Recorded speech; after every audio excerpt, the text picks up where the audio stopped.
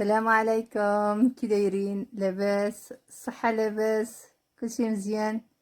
كنتمنى ان شاء الله تكونوا بخير وعلى خير.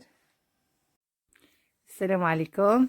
اليوم غادي نحضر معكم واحد الكيك ديال آلة البانيني،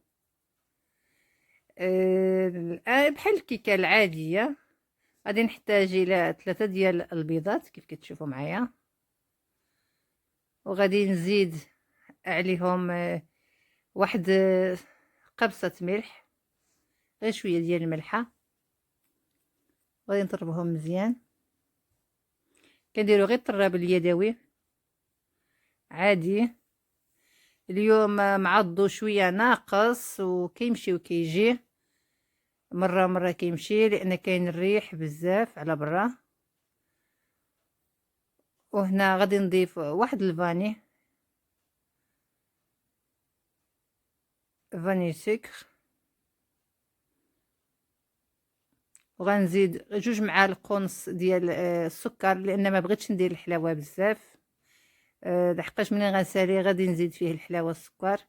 وندير نصف الكبير ديال الكاس، ماشي كاس ماء ديال الحليب. نفس المقدار غادي نزيد نديرو ديال الزيت، وغادي نطربهم مزيان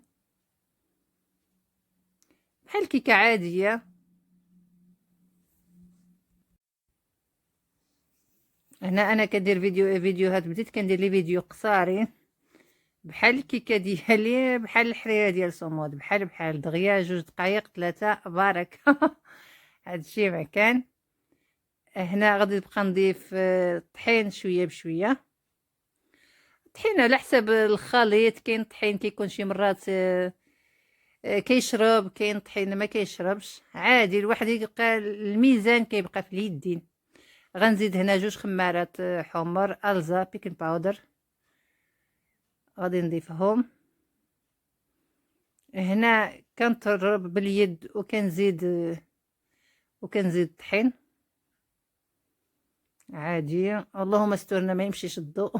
صافي باش نكمل الفيديو ديالي، لحقاش الا مشى الضوء غنبقى هنايا اون بان حتى نستنى حتى يرجع.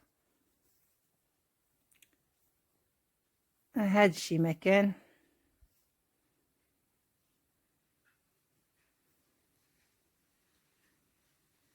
كاين الريح مجهد على برا.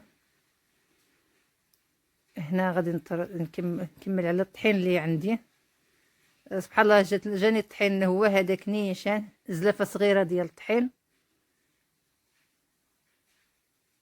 يلا فيها 2 كيسان صغارين. هنا كان مشى ليا الضو واحد نص ساعه هكاك، اضطريت نوقف. هنا دابا شعلت الآلة ديال البانيني بالليل. كندهنها دابا بالزيت كيف كتشوفوا معايا. غادي ندهنها لا من الفوق لا من التحت مزيان باش ما يلصقليش داك الطحين فيها. كاع دوك الحفار غادي ندوز عليهم. هنا غادي نخوي الخليط ديالي اللي عندي. دابا منين نجلس يعني واحد المده ديال نص ساعه، خمر مزيان الصراحه، وغادي تجي الكيكه ديالو خفيفه.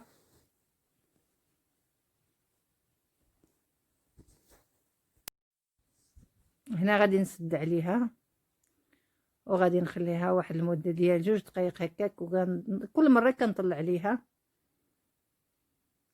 هنا راه طايب وسخون بزاف، نحاول ما امكن نهزو بشي حاجه.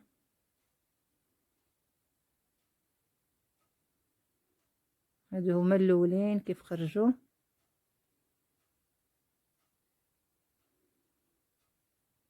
دابا غادي نزيد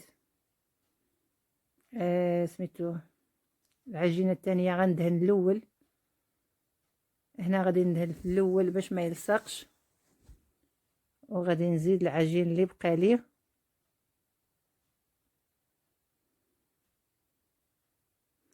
وغادي نكمل معكم بهذه الطريقه حتى نسالي كاع العجينه اللي عندي. وبالنسبه للتزيين اي حاجه ممكن تزينوا بها، بالشوكولا. هنا اي حاجه ممكن تزينوا بها. هنا زينت البعض زينتهم بالشوكولا، والبعض عمرتهم بالكونفيتور ولصقت جوج ودرت من فوق منهم السكر. وبغيتو تذوقوهم بالقرقاع او اللوز مهرمش او اي حاجه، كيجي المذاق ديالهم زوين الصراحه. كنتمنى يعجبكم الفيديو وتخليوا لي شي تعليق يكون زوين، وبسلامه عليكم الى فيديو قادم ان شاء الله.